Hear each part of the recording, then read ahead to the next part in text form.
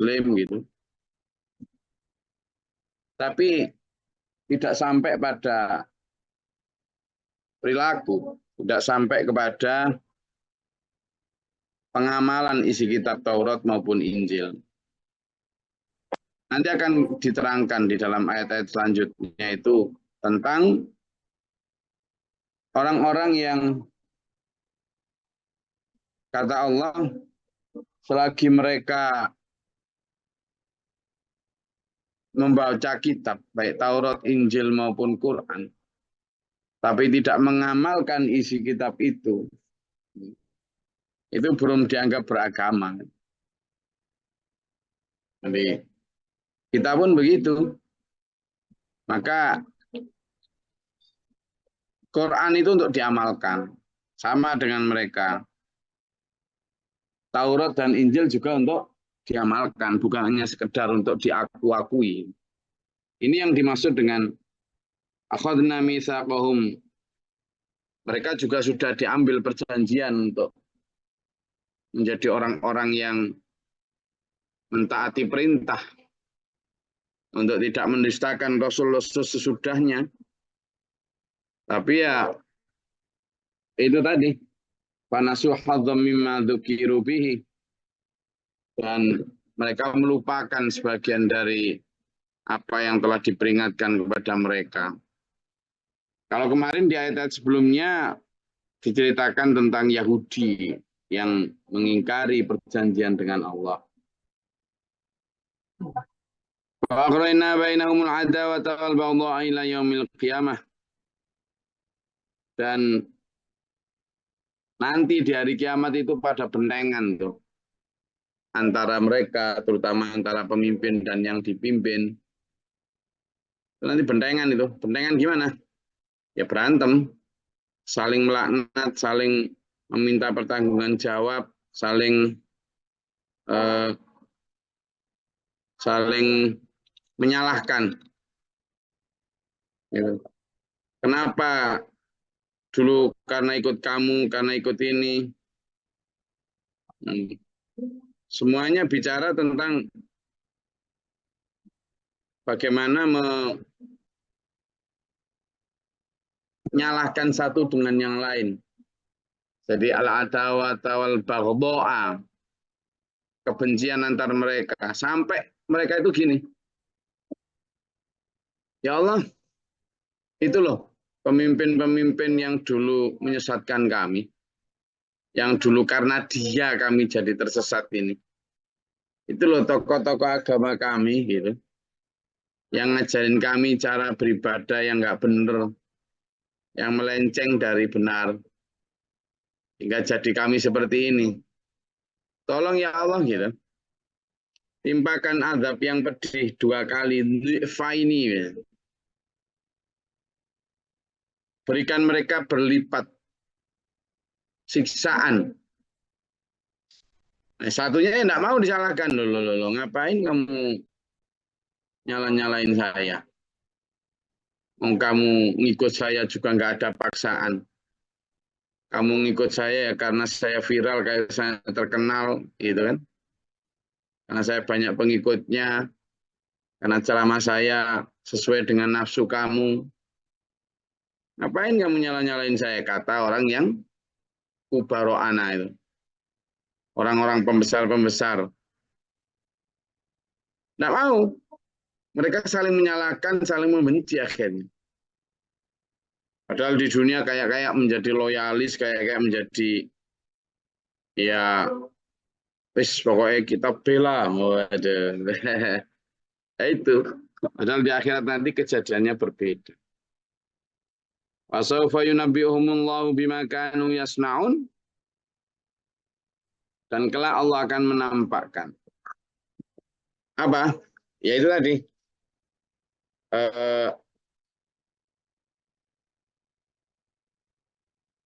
Apa yang telah mereka lakukan selama di dunia. Nah, di ayat selanjutnya disebutkan itu.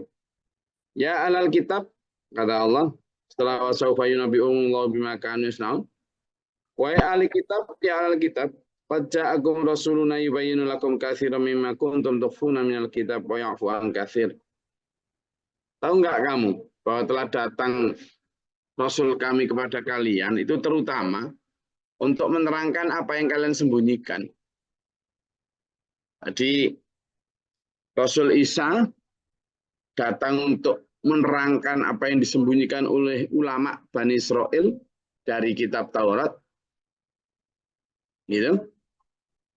Nah, Rasul Muhammad SAW yang datang setelah Rasul Isa itu juga menerangkan tentang apa yang disembunyikan oleh Yahudi maupun Nasrani dari kitab Taurat maupun Injil mereka. Jadi yubayyinu lakum mimma kuntum tukhfuna wa ya'fu an katsir. Dan juga yang kamu abaikan sebagian besar dari ayat-ayat Allah itu. Itu. Nah, pertanyaannya sekarang, ketika ada yang mencoba untuk menerangkan apa yang disembunyikan oleh sebagian dari umat manusia tentang isi Quran, kira-kira yang disembunyikan itu yang gimana? Coba saya mau tanya pendapat sampean biar nggak ngantuk.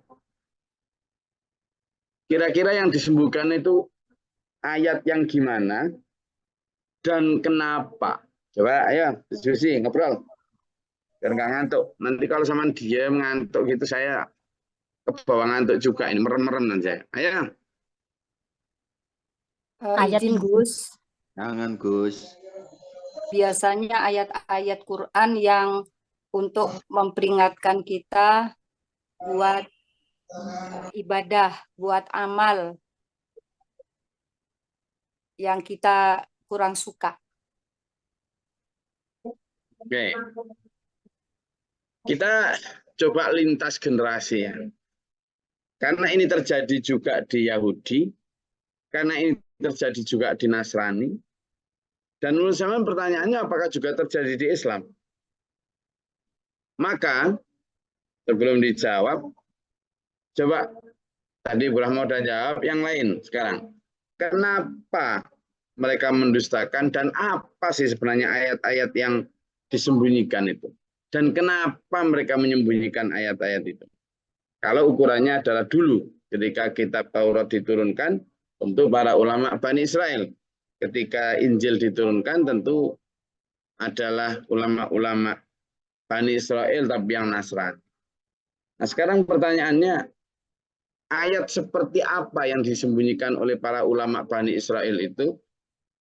Dan kenapa dia menyembunyikan itu tidak dibacakan atau dijelaskan kepada umat? Ayo silakan berpendapat. Dua pertanyaan itu. Siapa aja boleh jawab. Bebas. Tidak ada salah, tidak ada benar. Ayo. Biar ngantuknya hilang. Kenapa kok ayatnya itu ayat kira-kira yang jenis seperti apa? Kemudian kenapa? Silakan. Izin Gus. Ya lanjut langsung. Ayat tentang hukum, misalnya tentang hukum zina, kalau dia itu kan dirajam, tapi mereka menyembunyikannya. Matur nuwun. Oke, apa lagi?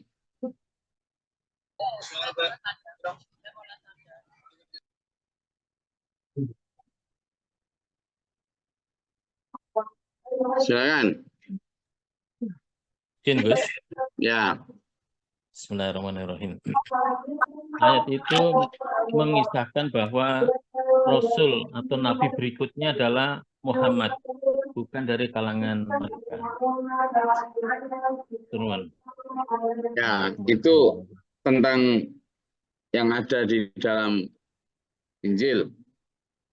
Tapi secara umum itu sebenarnya ayat-ayat jenis apa yang mereka sembunyikan? Silakan, Wayan. Untuk berjihad. Yang Wayan. disembunyikan rata-rata yang kira-kira merugikan, Gus.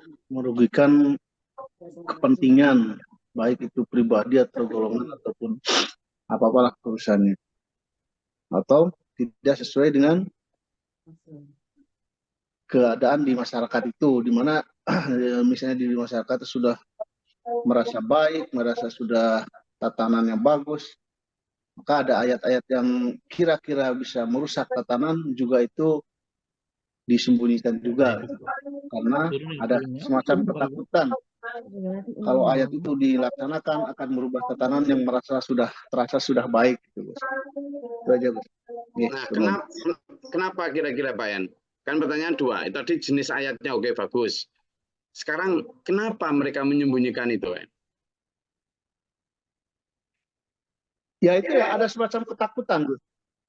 Ketakutan kalau ayat itu dijalankan nanti akan terjadi ya kegaduhan, gitu, Gus. Akan terjadi kegaduhan, gitu. Karena merasa sudah baik, gitu. Karena merasa sudah baik, kata sudah baik. Misalnya ada semacam suatu adat atau kebiasaan, ini ada baik-baiknya, gitu.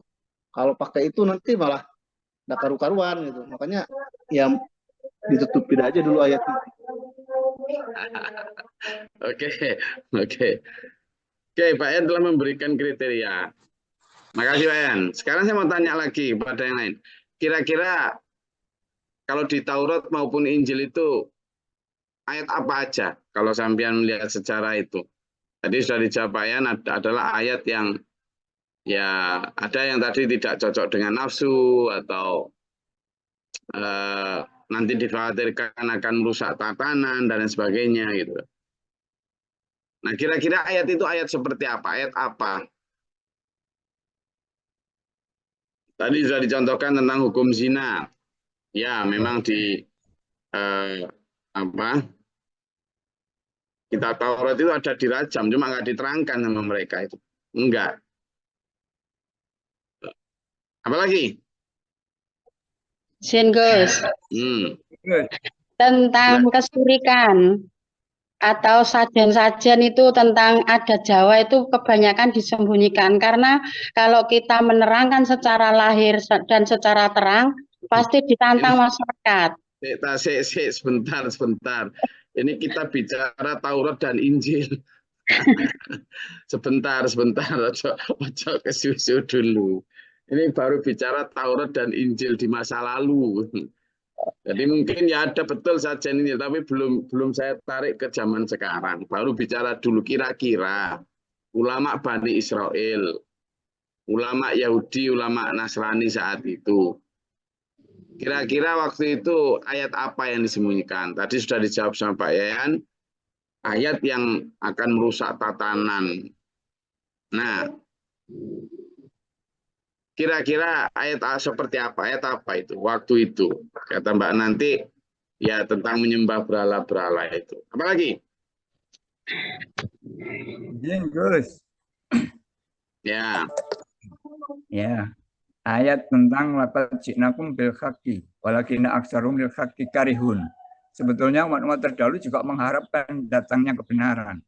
Tapi setelah Allah mengirim seorang rasul utusan membawa kebenaran, ternyata tidak cocok dengan nafsu mereka, tidak cocok dengan adat istiadat mereka dan kebiasaan mereka, mereka menolak. Terima kasih. Ya. Apalagi?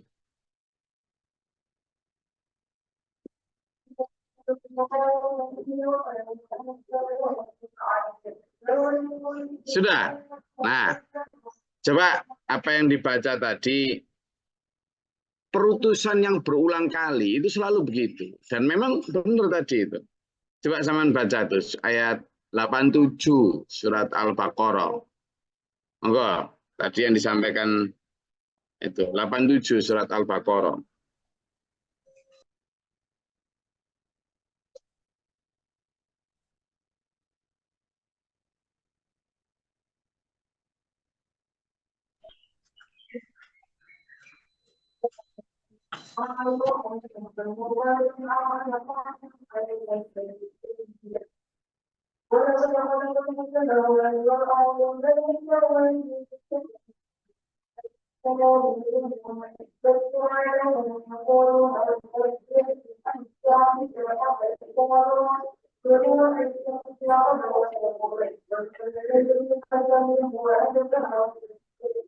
Nah, sudah. Yang dimaksud Pak Yan tadi itu Pak Yan, coba dibaca di surat Hud Pak Yan. Di surat Hud ayat 87 Pak Yan.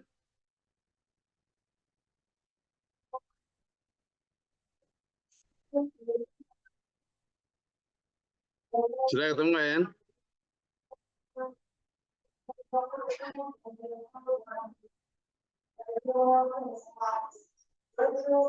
Sudah? Gantian nanti juga surat Hud ayat 62. Dua ayat itu dalam surat Hud dua-duanya itu. Surat Hud 62. Ya, Hud. Ye, bentar dulu. Itu Hud 62. Ayat 87 aja dulu. 62 aku sih. 62 dan 87. 62. Surat Hud ayat 62. A'udzubillahi minasyaitonirrajim. Bismillahirrahmanirrahim. Kaum Samud berkata, "Hei Saleh, sesungguhnya kamu sebelum ini adalah seorang di antara kami yang kami harapkan. Apakah kamu melarang kami untuk menyembah apa yang disembah oleh bapak-bapak kami? Dan sesungguhnya kami dalam keraguan yang menggelisahkan terhadap agama yang kamu serukan kepada kami." Oke, itu dulu Pak Yan, saya terangkan. Nanti jangan ditutup dulu. Jadi para rasul itu sudah ditunggu-tunggu oleh umat saat itu sama dengan orang sekarang itu. Para rasul saat itu ditunggu-tunggu. Kapan ya datangnya seorang nabi, seorang mujadid, satrio paningit, ya kayak gitulah, yang akan membawa kami kepada kebenaran, bla bla bla, begitu. Lah tapi kamu itu yang kami harapkan datang kok sekarang datang malah melarang kami ini, melarang kami itu, nyuruh kami ini, nyuruh kami itu yang tidak sesuai dengan, yang nggak gitu konsepnya, gitu. Gitu. Nah sekarang ayat 87 Pak Yan, coba dibuka. Sama surat Hud juga. 87. Betul. Surat Hud juga. 87.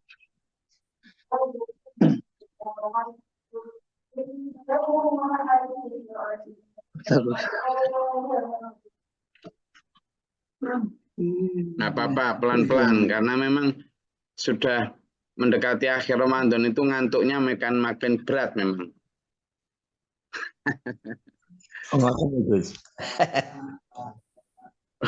Mas Yo nanti kebagian baca surat Al-Baqarah-nya. Insya Allah Gus, siapin. Sekarang yang Bayan 87 Bayan. Mereka berkata, Hud 87 ya. Mereka berkata, "Hai Syuaib, apakah salatmu yang menyuruhmu agar kami meninggalkan apa yang disembah oleh bapak-bapak kami atau melarang kami memperbuat apa yang kami kehendaki tentang harta kami? Sesungguhnya kamu adalah orang yang sangat penyantun lagi berakal." Nah, kalau tadi kan ini kepada Nabi Syuaib, kalau tadi kan Nabi Soleh. Sama. Padahal dua nabi yang mungkin jaraknya ratusan tahun. Kalau tadi tentang hal penyembahan, Bayan. Kalau yang 87 ini tentang bagaimana hidup, cara mengelola harta, cara mendapatkan harta. Itu kan selama ini mereka ya dengan cara yang tidak benar, memakan kecurangan apa, lalu diluruskan oleh Nabi Soleh. Jangan begitulah.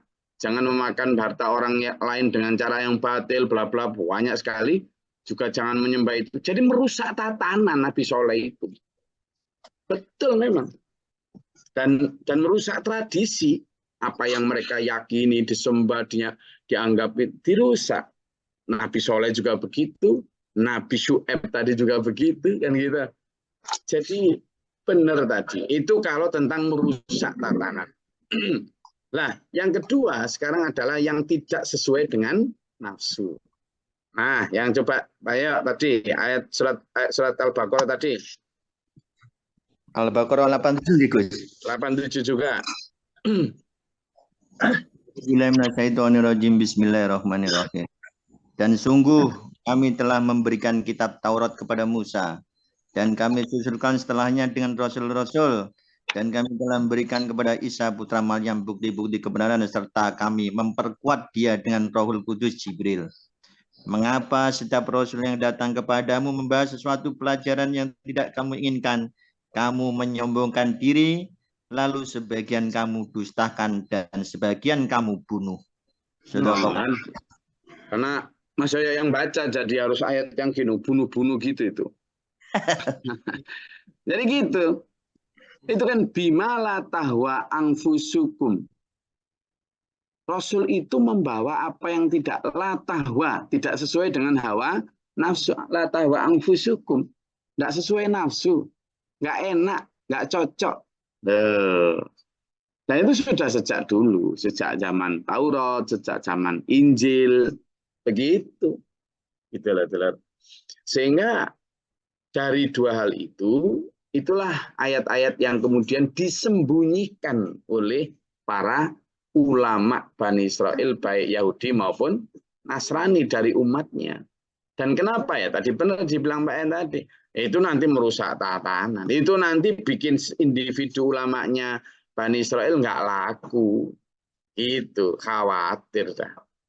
Nah, sekarang pertanyaan lanjutan. Dan ngobrol terus, masuk aku dewe yang ngomong. Pertanyaan saya sekarang, ayo dijawab juga bareng-bareng. Itulah terjadi di zaman Taurat, itulah terjadi di zaman Injil. Apakah hal yang sama juga terjadi di zaman Quran sekarang? Nah itu silakan Rami jawab. Ayo nyalain mikrofonnya. Pasti Gus. Sudah pasti nih Gus. Ayo semuanya jawab. Pasti nih Gus. Saya pengen dengar semuanya jawab. Ayo. Udah pasti nih Gus. Silakan tunjukkan buktinya Mas Yoyo dan kenapa. Nah, sekarang kalau kita beribadah sesuai dengan tuntunan yang murni kan pasti selalu ditentang, Gus. Kasih contoh lah. Contoh kecil aja. Misalkan pada ibadah tertentu ya Gus, misalkan kayak ada tahlilan gitu yang 7 hari, 40 hari. Itu kan sebenarnya tidak dicontohkan. Tapi begitu kita melakukan sesuai dengan sunnah dan tuntunan, kan kita ini dianggap aneh gitu loh Gus. Ya. Itu salah satu Gus. Oke, Mas Yok beri contoh itu. Ada lagi, silakan.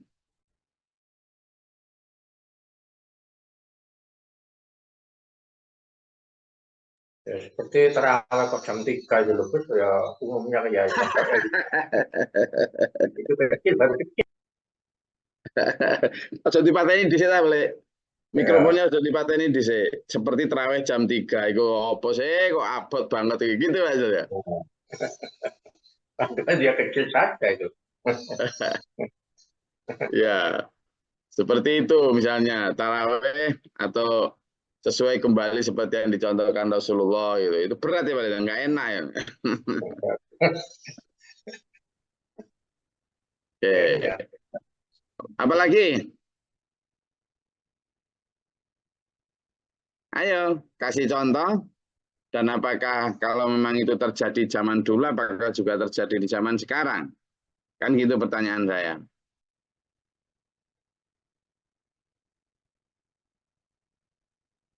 Gus, pengajian mendapat gaji Gus.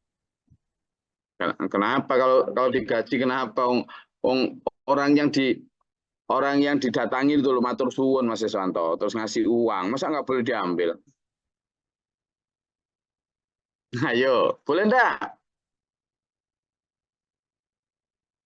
Mana Mas Iswanto tadi?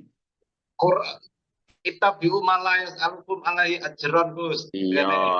Iya tapi ini misalnya ada Syekh Yoyo dari SPMA Cepu, sampean undang untuk ngisi pengajian di SPMA Bojonegoro. Lalu Syekh Yoyo, ya Yoyo ke sana. Masa gak sampean sangoni? Udah kok nggak jawab. Mas Iswanta? Ya. Sampean sangoni enggak untuk bensin pulang?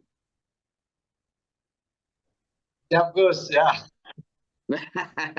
Terus Mas Yoyo nerima gitu boleh enggak? Boleh. Nah, lah iya. Kebetulan Mas Yoyo itu lagi kehabisan bensin. Kan gitu alasannya orang-orang itu. Ya, oke. Kalau narif, nah tidak boleh. Tapi kalau memang dia tidak mengharapkan itu, dan kemudian yang didatangi itu merasa berterima kasih dan pengen ngasih, ya boleh nerima, monggo saja. Meskipun kalau kemudian datang dan menjadikan itu sebagai profesi untuk dapat duit, nah itu yang tidak boleh. Jadi orang tetap harus kemanapun dia diundang jika mampu, saya ulangi, jika mampu, datang itu harus dengan keinginan dan kemampuan sendiri. Tidak boleh mengandalkan sangu dari yang mengundang. Itu. Tapi jikapun kemudian dia menerima apa yang diberikan oleh orang yang mengundang sebagai bentuk terima kasih, ya monggo saja, enggak apa-apa. Gitu loh. Apa-apa. Saya kemarin diundang pengajian di sebuah tempat di daerah Malang sana. Nah, mereka mungkin sudah dikasih tahu bahwa Gus Glor itu enggak mau nerima bayaran gitu kalau ceramah. Tapi mereka tetap itu mencoba untuk memberikan. Ya karena memang mereka berterima kasih mungkin. Amplop gitu. Tapi karena saya tolak, dia nggak terlalu mendesak. Kenapa? Mungkin karena sejak awal sudah diberitahu.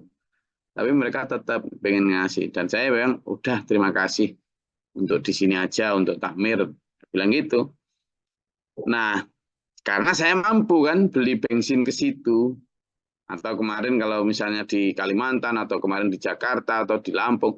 Karena saya mampu beli tiket pesawat ke sana. Kalau tidak mampu ya ada dua pilihan. Misalnya datang dengan, tidak datang, ya karena tidak mampu. Tapi kalau kemudian datang narif, nah itu yang tidak boleh. Gitu ya. Oke, kasih contoh lagi. Apa lagi? Menuhankan kekuasaan, Gus, kepintaran, Wih. ganteng.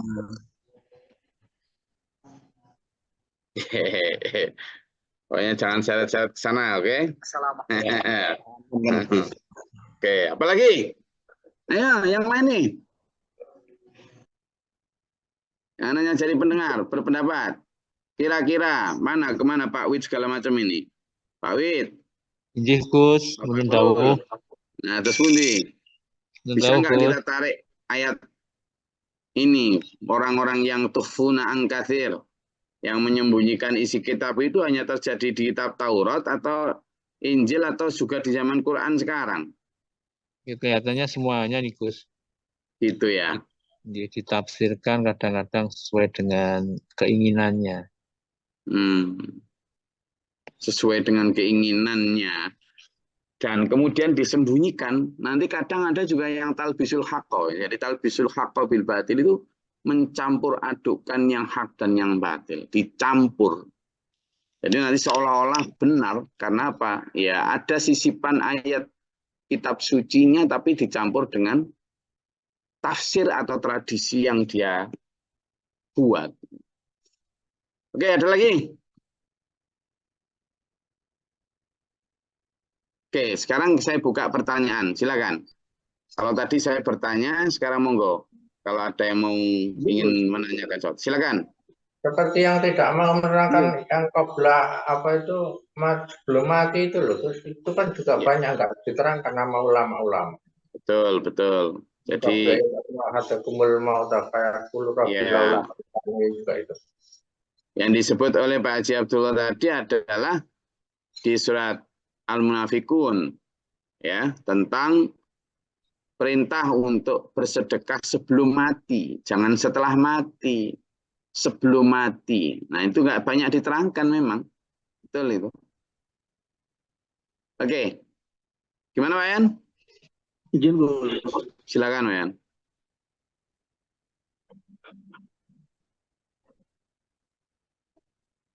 Silakan Wayan.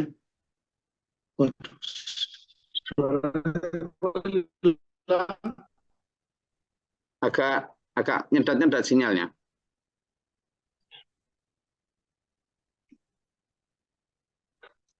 Hilang suaranya Gus.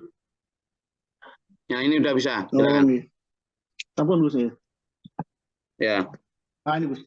Kalau tadi kan istilahnya penolakan-penolakan itu kan rata-rata dilakukan mungkin oleh orang-orang yang punya kemampuan itu, Gus. Baik Ya. itu dari segi power, misalnya dari kekuasaan ataupun keilmuan gitu. Karena merasa ketidakcocokannya itu sehingga mereka melakukan penolakan. Nah, bagaimana saya untuk di kekinian saja gitu.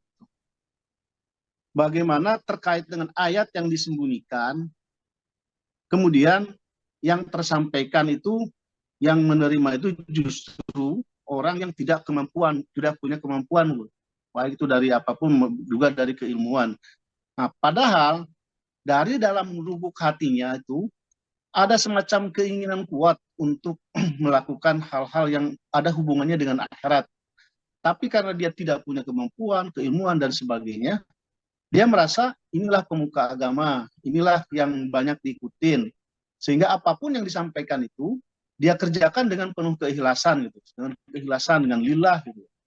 Nah, seolah-olah inilah salah satu cara, inilah cara bentuk saya untuk keakhiratan saya. Di sisi lain, ya itu sebetulnya ya ada ayat-ayat yang tersembunyi gitu, atau misalnya diada-adakan gitu.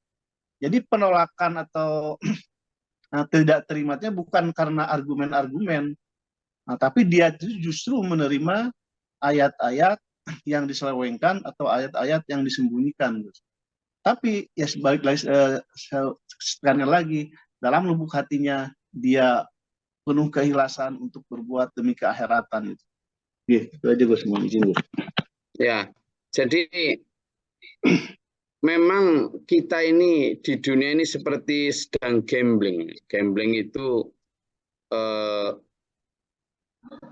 bertaruh, benar-benar harus jeli untuk memilah dan memilih. Kenapa? Karena seikhlas apapun keinginan seseorang untuk berbuat baik, begitu salah dalam memilih orang yang diikuti, kan dalam beribadah itu ada niat, cara, dan tujuan. Niat itu ikhlas, tapi caranya keliru, tidak sampai. Niatnya keliru, caranya benar, juga nggak nyampe. Niatnya benar, caranya benar, tapi tujuannya keliru, juga nggak nyampe. Sehingga tiga-tiganya harus benar. Ya? Nah, itulah kenapa kita diminta hati-hati betul. Jadi, misalnya, coba dibuka di surat Ibrahim, Bayan, ayat 21. Ibrahim, ayat 21. Ibrahim ayat 21.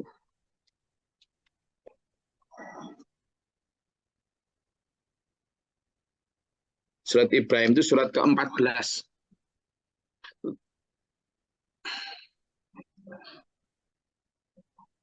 Ibrahim surat ke-14 ayatnya 21.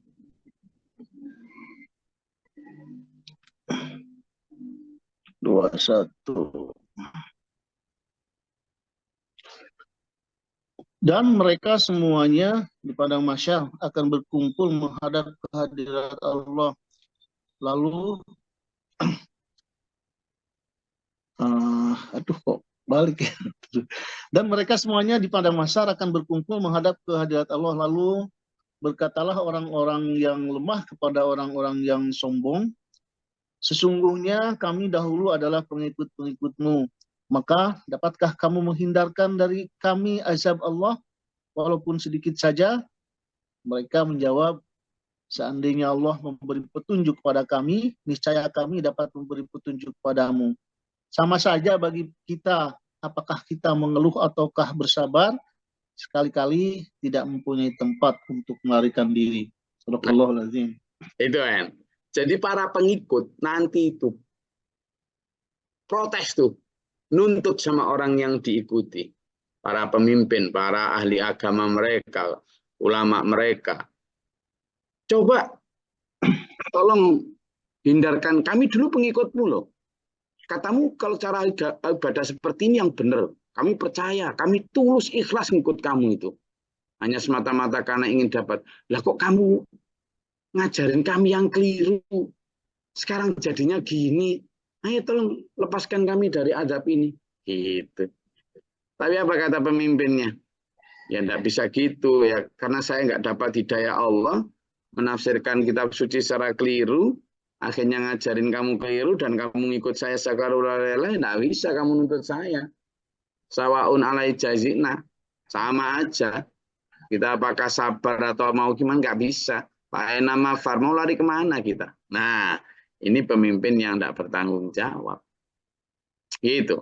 Makanya kadang bahkan di dunia aja udah kelihatan ya, pemimpin yang tidak bertanggung jawab itu ya, di dunia aja. Kalau misalnya ada anak buahnya atau santrinya atau jamaahnya sakit gitu aja belum tentu nengok. Itu dari sisi dunia. Kalau anak buahnya atau santrinya atau jamaahnya nggak makan saja, susah nyari makan gitu aja, para pemimpinnya ya membiasakan diri kenyang tanpa peduli kok. Di dunia, apalagi di akhirat. Dan itu dipertegas lagi kan, dalam surat Al-Ahzab itu ada ayat 66, 67, 68. Maka karena begitu, kemudian si orang rendahan itu, atau orang awam itu, matur sama Allah, ya Allah, karena mereka inilah orang-orang yang inna atokna sadatana wa kubaro'ana. Kami mengikuti pemimpin-pemimpin kami ini, katanya dalam ayat dalam surat Al-Ahzab itu. Sudah, kami dulunya kiranya dahulu kami taat kepada Allah dan Rasul gitu, karena kepingin tuh. Tapi karena disesatkan oleh orang itu, lalu sama mereka, sudahlah ya Allah, tolong berikan mereka ini azab yang berlipat ganda, karena mereka tidak tanggung jawab terhadap kami. Itu di surat Al-Ahzab ayat 66, 67, 68. Nah, perdebatan itu yang tidak kita inginkan. Sehingga ketika di dunia kita harus jeli betul di dalam memilah dan memilih siapa yang akan diikuti supaya tidak salah di dalam nanti di akhirat. Kalau sekarang sih misalnya salah pilih kepala desa, salah pilih bupati dalam pemilu, masih bisa milih 5 tahun lagi agar tidak keliru. Tapi kalau sudah di akhirat, sekarang salah memilih pemimpin hidup di akhirat, nggak bisa ngulangi gitu. Sehingga harus benar-benar jeli kita. Oke, saya rasa itu Pak Yan. Oke, makanya meskipun baik niatnya, tapi kalau keliru di dalam memilih pemimpin, guru, imam, ya, yang diikuti, padahal kriteria seperti tadi itu, kriterianya harus benar-benar karena kriteria orang yang dipilih oleh Allah. Yang benar-benar menerangkan apa adanya, yang hak adalah yang hak, batil adalah. Dan memberi contoh, gitu ya. Saya rasa itu supaya kita semua benar-benar menjalani agama ini bukan berdasarkan zon. Oh, kayaknya itu deh. Oh, kayaknya ini deh. Nah, oh, itu kayaknya enak itu. Oh, kayaknya ini. Jangan. Baiknya sampean benar-benar tahu orangnya. Benar-benar tahu siapa yang sampean ikuti, kehidupannya, tidak hanya ceramahnya loh ya, tidak hanya ceramahnya, kehidupannya. Karena ini nggak main-main ini. Kalau hanya orang pinter ceramah, terus enak, bagus, banyak. Tapi sampean tahu nggak kehidupannya sehari-harinya? Bagaimana seperti yang dicontohkan oleh Rasulullah kan, para sahabat itu tahu. Bagaimana Rasulullah misalnya mengajarkan sedekah, apakah dia sedekah? Kalau dia mengajarkan kesederhanaan akhirat, apakah dia sederhana? Kalau dia mengajarkan tentang kepedulian, apakah dia peduli? Kalau mengajarkan tentang jihad dakwah di mana, apakah dia begitu? Kalau dia mengajarkan mementingkan kepentingan agama daripada pribadi, apakah begitu? Dilihat terus. Karena ini urusannya nggak main-main. Keselamatan di akhirat yang kita pertaruhkan. Saya rasa itu. Ayo, bismillah. Mudah-mudahan Allah membimbing kita dalam siratal mustaqim. Beri kita kesehatan jasmani rohani, rezeki yang halal thayyibah, dijaga dari serangan dajjal, selamatkan dunia akhirat kita, di dunia wal akhirah, wa husnul khatimah. Amin. Allahumma shalli wa sallim. Allahumma fil mu'minin wal mu'minat wal muslimat. Allahumma hdina fi man hadayt wa afina fi man afayt wa lana fi man tawallayt wa barik lana fi ma atayt wa qina syarra ma qadayt fa innaka taqdi wa la yuqda alayk. Tabarak rabbana wa ta'ala alhamdulillah man qadayt astaghfiruka wa atubu ilaik. Allahumma da'fana al-bala wal waba wa qad hastina min al-jinni wa syaitan jamin kafara wa najina wa lana sabina. Rabbana wa la taj'alna fil qawmi dhalimin. ربنا آمنا فاكتبنا مع الشاهدين ربنا لا تزغ قلوبنا بعد إذ هديتنا وهب لنا من لدنك ربنا اجعلنا مسلمين لك ومن ذريتنا أمة مسلمة لك وأرنا اللهم افتح علينا باب رحمتك اللهم أنزل علينا رحمة بعدد القتل الأمطار والأطهار اللهم فاطر السماوات والأرض عالم الغيب والشهادة رب كل ملك وأشهد أن لا إله إلا أنت أعوذ بالله من جود البلاء والوباء ودرك الشقاء وسوء القدر سبحان ربك رب العزة عما يصفون وسلام الحمد لله رب العالمين والسلام عليكم ورحمة الله وبركاته. Waalaikumsalam warahmatullahi wabarakatuh. اللهم بالقرآن واجعله لنا إماما ونورا اللهم ذكرنا منه ما نسينا وعلمنا منه جاهلنا وارزقنا تلاوته آناء الليل وأطراف النهار واجعله لنا حجة يا رب العالمين.